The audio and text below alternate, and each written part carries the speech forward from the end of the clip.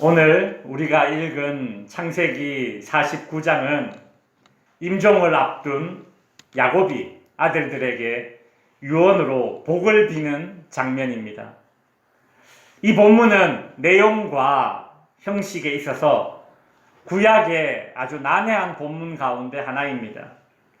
먼저 형식적인 면에서는 많은 비유들이 나오고 또 어떤 특정한 상징적인 언어들이 많이 등장하기 때문에 그 의미를 정확하게 파악하는 것이 쉽지 않습니다.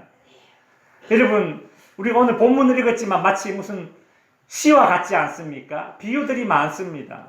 시는 다양한 해석이 존재하죠. 읽는 사람에 따라서 그 시를 각자 다르게 해석하기도 하죠. 마치 오늘 본문이 그와 같은 형식을 띠고 있다는 것입니다. 무엇보다 좀 특별한 것은 이 본문이 이제 야곱의 유언인데 단순히 죽기 전에 자식들에게 남기는 유언이라고 하지만 이것이 예언의 그런 형식을 띠고 있다는 것입니다. 그리고 놀라운 것은 야곱이 아들들에게 했던 이 모든 예언들이 실제로 훗날 이스라엘의 역사 가운데 모두 실현된다라는 것입니다. 오늘 본문에 나오는 야곱이 남긴 유언의 내용을 살펴보면 보통은 아들들에게 자녀들에게 임종 직전에 유언을 남길 때에 축복을 하지만 어떤 아들들에게는 축복이 아니라 내용상 사실상 그것이 저주가 선언되고 있기도 합니다. 오늘 본문 1절에 보시면 야곱이 하는 말이 너희가 후일에 당할 일을 너희에게 이르리라 라고 말하고 있습니다. 오늘 본문에 보시면 너희가 당할 일이라고 이야기하고 있죠. 보통 축복은 당한다 라고 말하지 않습니다. 그렇죠? 저주를 당한다 라고 말하지 않습니까? 야곱의 유언은 자신의 아버지 이삭의 유언과는 다른 점이 있는데 아버지 이삭은 에서에게 사사로운 감정이 있었습니다. 야곱보다 에서를 더 사랑했어요. 그래서 그런 감정으로 하나님의 뜻이 아니라 자신의 뜻에 따라 축복을 하려고 하다 보니까 그 가정에 편애가 있었고 또 크고 작은 그런 문제들이 발생했었죠. 그러나 야곱은 애초에 그런 사심을 다 내려놓고 하나님이 자녀들에게 말씀하시는 대로 있는 그대로 받아서 그대로 전해주는 그런 유언을 하게 된다는 것입니다. 우리가 읽은 본문 1절에서 12절까지는 레아가 야곱에게서 낳은 아들인 르우벤, 시므온, 레위, 유다 이 4명의 미래와 운명이 기록되어져 있습니다. 3절에 보시면 르우벤아 너는 내 장자요 내 능력이요 내 기력의 시작이라 위풍이 월등하고 권능이 탁월하다 이렇게 말하고 있죠. 르우벤은 야곱의 첫째 아들로서 장자의 위상에 걸맞게 넘치는 힘과 능력이 있었습니다. 그는 다른 형제들보다 선천적으로 탁월했다는 것입니다. 그런데 르우벤은 아버지의 침상을 더럽혔습니다. 이것은 르우벤이 라헬의 여종이었던 빌하를 범한 사건을 지금 이야기하고 있는 것입니다. 오늘 본문 4절에서는 르우벤의 상태를 일컬어서 물의 끓음 같았다 이렇게 이야기하고 있습니다. 물의 끓음으로 르우벤의 상태를 비유하고 있죠. 여러분, 물이 끓기 시작하면 어떻습니까? 규칙적으로 여기 끓었다가 여기 끓었다가 여기 끓었다가 여기 끓었다가 이렇게 물은 그렇게 끓지 않아요. 물은 부글부글 끓어서 넘치면 종잡을 수가 없습니다. 불규칙적으로 통제하기가 어려운 것이 바로 물의 끓음과 같은 것입니다. 이것은 불안정하고 통제되지 못하는 이 르우벤의 기질을 가리키는 것입니다. 르우벤은 선천적으로 기골이 장대하게 태어나 힘, 즉 피지컬도 좋았고 더군다나 장남이었기 때문에 그 과정에서 그에게 주어진 권력도 있었을 것입니다. 그런데 그의 기질은 끓는 물과 같았습니다. 르우벤은 이 끓는 물과 같이 자신의 정욕을 억누르지 못하고 아버지의 첩, 빌하를 범했습니다. 이것은 아버지를 이미 죽은 자로 여기는 중대한 범죄였기 때문에 그로 인해 그는 더 이상 탁월하지 못하게 될 것이다 라는 예언을 듣게 됩니다. 야곱은 르우벤에게 장남의 권리를 박탈해서 요셉에게 주었습니다. 그래서 요셉의 두 아들인 에브라임과 므낫세가 훗날 이스라엘의 12지파에 정식으로 들어가게 되고 그 요셉의 두 아들 에브라임과 므낫세가 가나안 땅에 자기의 몫을 기업으로 받게 되는 것입니다.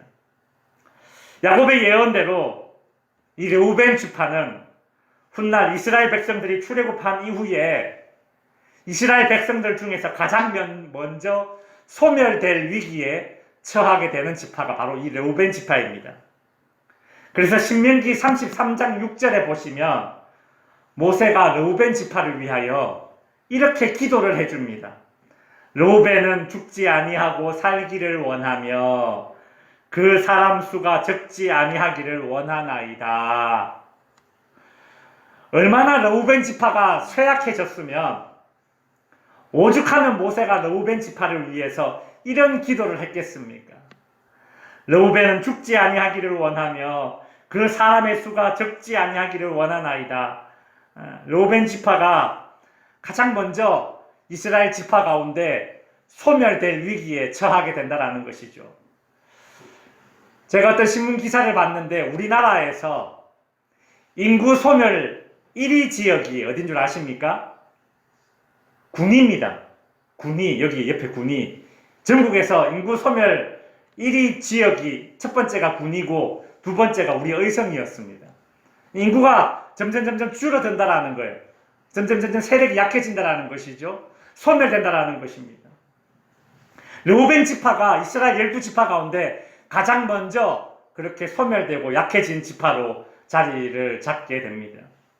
또한 이스라엘 역사 가운데 실제로 르우벤 지파에서는 그 어떤 사사나 제사장이나 왕을 배출하지 못하게 됩니다.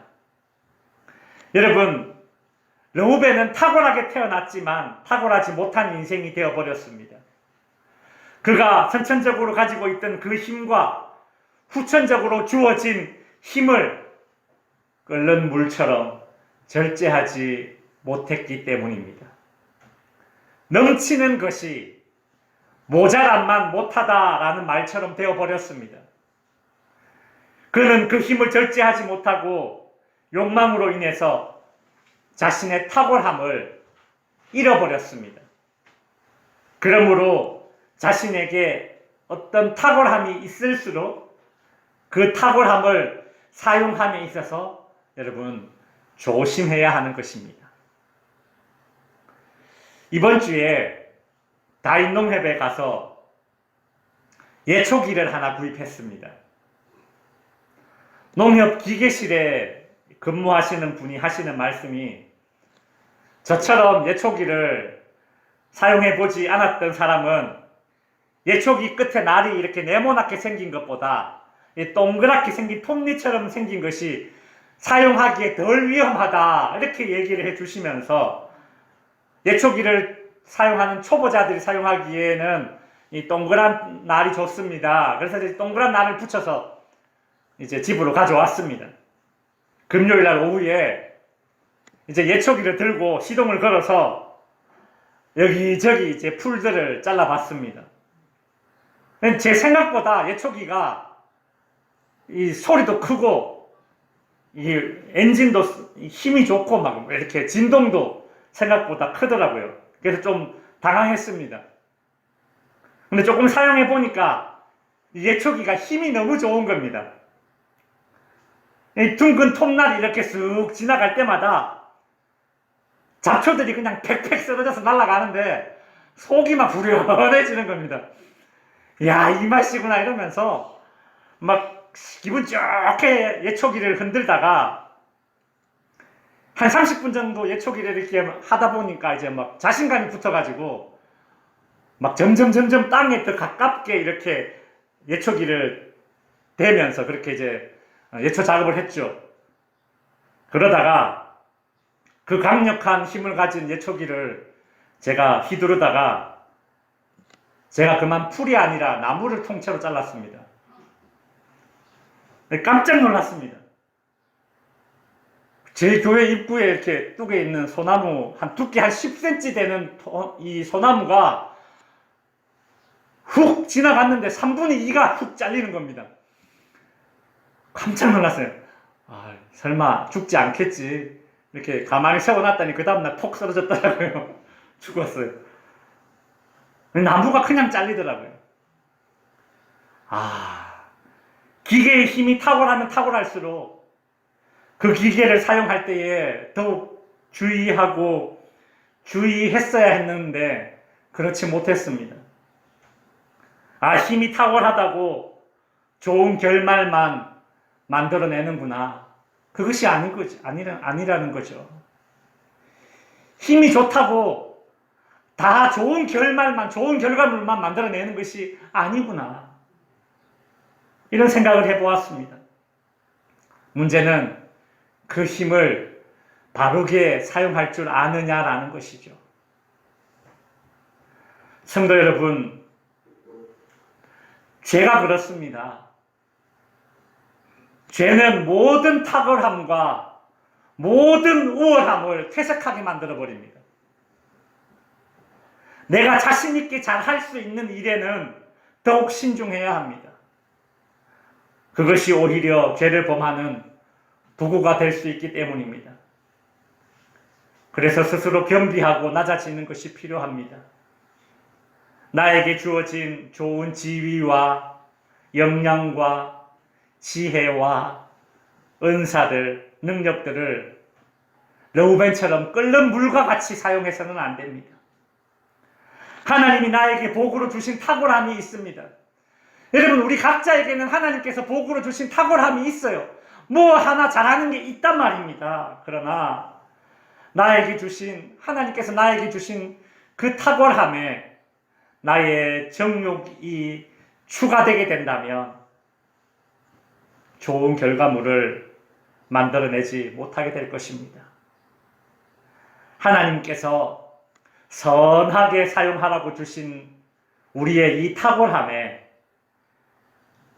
우리가 정욕이 아니라 선한 의도로 주의해서 신중하게 사용하면 선한 결과물을 만들어내겠죠. 그렇지 못하고 하나님께서 주신 탁월함에 나의 정욕을 추가하게 된다면 나에게 탁월함을 주신 분, 그 하나님께서 다시 나의 탁월함을 거두어 가실 수도 있다는 사실을 우리는 알아야 합니다. 야곱은 이어서 시므온과 레위에 대해서도 부정적인 선언을 합니다. 오늘 본문 5절에 보시면 시므온과 레위는 형제요 그들의 칼은 폭력의 도구로다. 이게 무슨 말이냐면 예전에 세겜에서 야곱의 딸 디나가 강간당하는 사건이 일어났었습니다.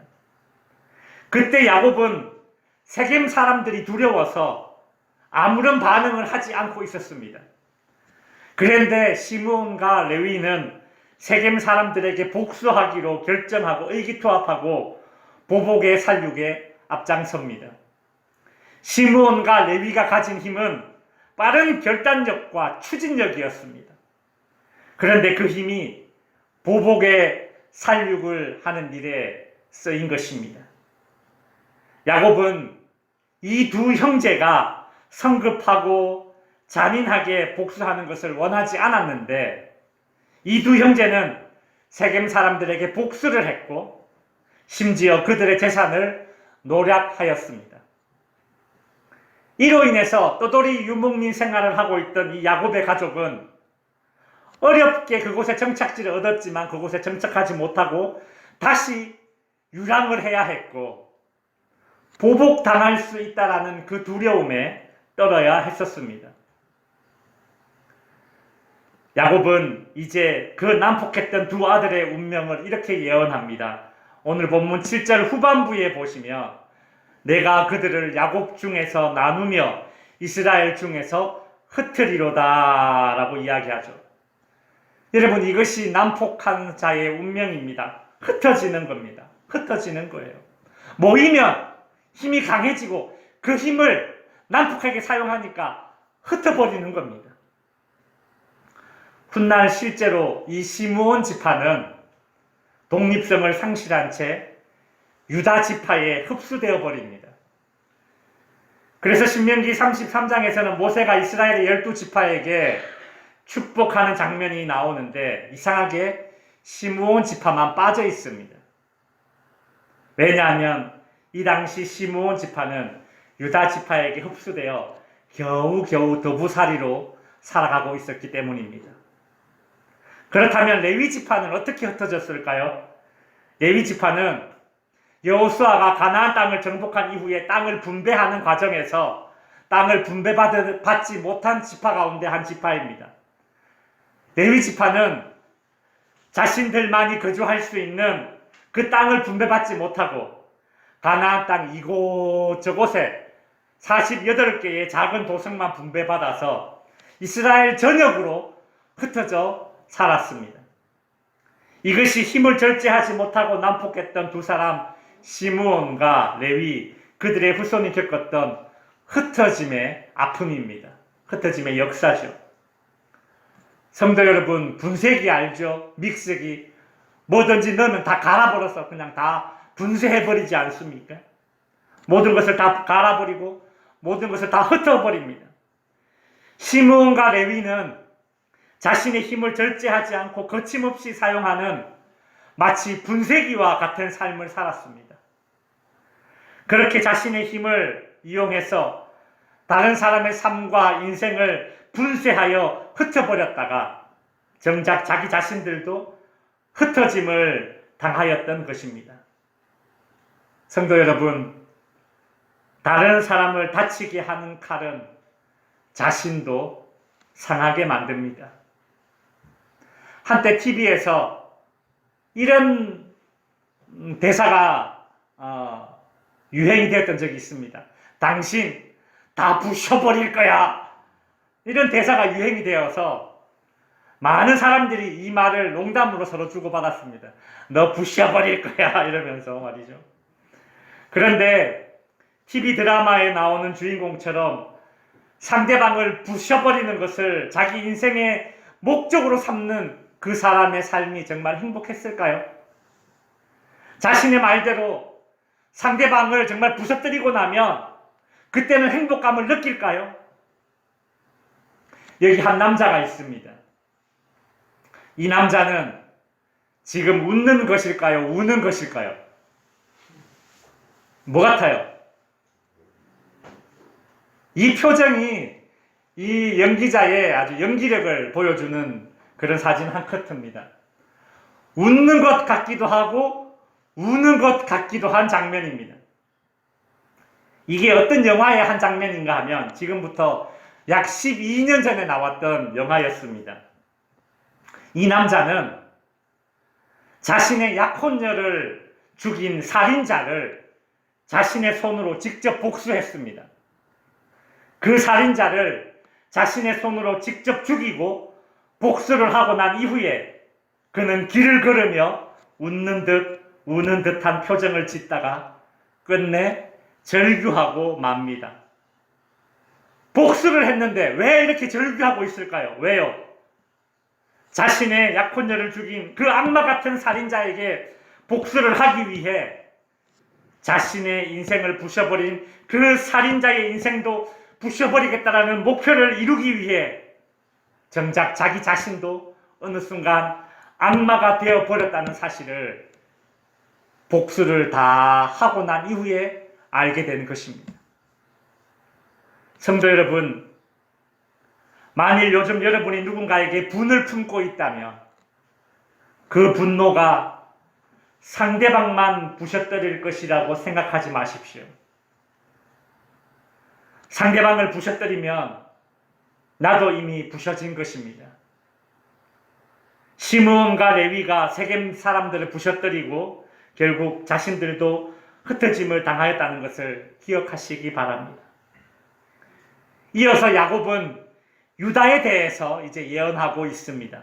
오늘 본문 8절에 보시면 유다야 너는 형제의 찬송이 될지라 네 손이 네 원수의 목을 잡을 것이요 네 아버지의 아들들이 네 앞에 절하리로다 라고 하죠.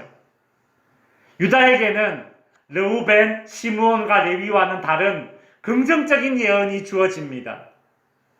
그런데 사실 이 유다도 자신의 힘을 마음대로 휘둘렀던 사람들 중에 한 명이었습니다.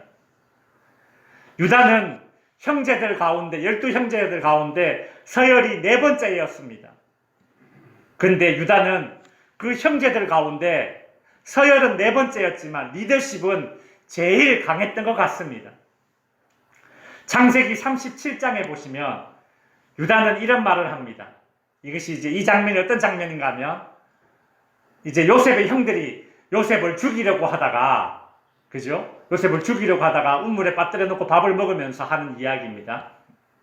26절에 보시면 유다가 자기 형제에게 이르되 우리가 우리 동생을 죽이고 그의 피를 덮어둔들 무엇이 유익하리요? 자, 그를 이스마엘 사람에게 팔고 그에게 우리 손을 대지 말자. 그는 우리의 형제요 우리의 혈육이니라 하매 어떻게 해요? 그의 형제들이 청종하였더라 라고 하죠. 유다는 동생을 죽일 만큼 악하지는 않았지만 죽이기보다는 팔아버리는 것이 돈도 벌고 좋다, 유익하다, 이익이 된다 라고 말할 정도로 차가운 사람이었습니다. 자기 입속 챙기는 일에 그 수가 빠른 사람이었습니다. 그리고 그 유다의 말에 형제들이 청종할 정도로 유다는 리더십이 강했던 사람입니다. 요셉이 형제들에 의해 죽지 않고 애굽에 팔리는 데에 결정적인 역할을 했던 사람이 바로 유다입니다. 사실 유다도 르우벤이나 시므온과 레위와 별반 다를 바 없이 치명적인 힘을 잘못 사용한 허물을 가진 사람 중 한 명입니다. 그랬던 그가 훗날 변화되어서 대기근의 때에 형제를 구원하기 위해서 자기 희생을 자처했던 자로 변화됩니다. 유다는 시므온이 애굽의 볼모로 잡혀 있지만 아버지 야곱이 베냐민마저 잃게 될까봐 애굽으로 양식을 사러 가지 못했을 때에 자기 자신의 희생을 자처하면서 아버지를 설득했던 사람입니다. 아무도 이 아버지를 설득하지 못했는데 유다가 아버지를 그 과정에서 설득했어요. 이 장면만 봐도 여전히 유다는 리더십이 있다는 것을 알 수 있죠. 유다도 비록 처음에는 자신의 힘, 리더십을 르우벤처럼 끓는 물처럼 사용하고 시므온과 레위처럼 분쇄기처럼 그 힘을 사용했던 사람이지만 훗날 그는 변화되었습니다. 야곱의 가정에 기근이 닥쳤을 때에 애굽에 가서 양식을 구하는 일과 형제들을 구하는 일에 자기 희생을 자처했기 때문에 유다는 형제들 가운데 가장 강한 지파가 되는 그런 복을 받게 됩니다. 그래서 야곱은 유다의 미래를 언급할 때에 사자 새끼, 숫사자, 암사자와 같은 그런 강한 동물로 이 유다 지파를 비유하고 있지요. 무엇보다 오늘 본문 10절에서 규가 유다를 떠나지 아니하며 통치자의 지팡이가 그 발 사이에서 떠나지 아니하시기를 이라고 말하고 있죠. 유다 지파에 이스라엘의 왕이 태어날 것이다 라는 그런 축복의 예언입니다. 누굽니까? 다윗 왕입니다. 이 다윗 왕이 훗날 이스라엘의 왕조가 되는 것 아닙니까? 그가 세운 이 다윗 왕조가 나중에 시간이 지나서 그 다윗 왕조에서 누가 태어납니까? 예수 그리스도가 태어나게 되는 것입니다. 이제 말씀을 정리하겠습니다. 르우벤의 힘은 선천적인 탁월함이었습니다. 시므온과 레위의 힘은 결단력과 추진력이었습니다. 그리고 유다의 힘은 리더십이었습니다. 이들의 힘은 그 자체로 다른 사람들의 흠모를 받을 만한 그런 힘입니다. 그러나 이들의 힘은 그들에게 복이 되지 못하였습니다. 여러분, 아무리 흠모할 만한 힘이라 하더라도 절제가 없으면 그 힘은 그 자체로는 마치 덫과 같습니다. 내가 덫을 설치해놓고 어디다 설치해 놓았는지 잊어버린 덫과 같아요. 훗날 내가 설치한 덫에 훗날 나도 모르게 내가 그 덫에 걸리고 마는 것입니다. 그것이 바로 절제되지 못한 힘입니다. 그래서 예수님은 칼을 휘두르는 베드로에게 지금 당장이라도 내가 하늘에 12군단 되는 천사를 부릴 수 없는 줄 아느냐, 그렇게 말씀하시면서 베드로에게 칼을 거두라 라고 말씀하셨던 것입니다. 성도 여러분, 절제 없는 힘을 추구하지 말고 절제 없는 어뜸은 그것이 축복만이 아니라 나에게 덫이 될 수 있음을 깨달으시기 바랍니다. 고로 내가 잘 할 수 있는 일에 더욱 절제의 은사를 더하시기 바랍니다. 내가 자신 있는 일에 더욱 절제의 은사를 더하시기 바랍니다. 나의 장점으로 선한 열매를 더욱 많이 맺으시는 저와 여러분이 될 수 있기를 주님의 이름으로 축원드립니다.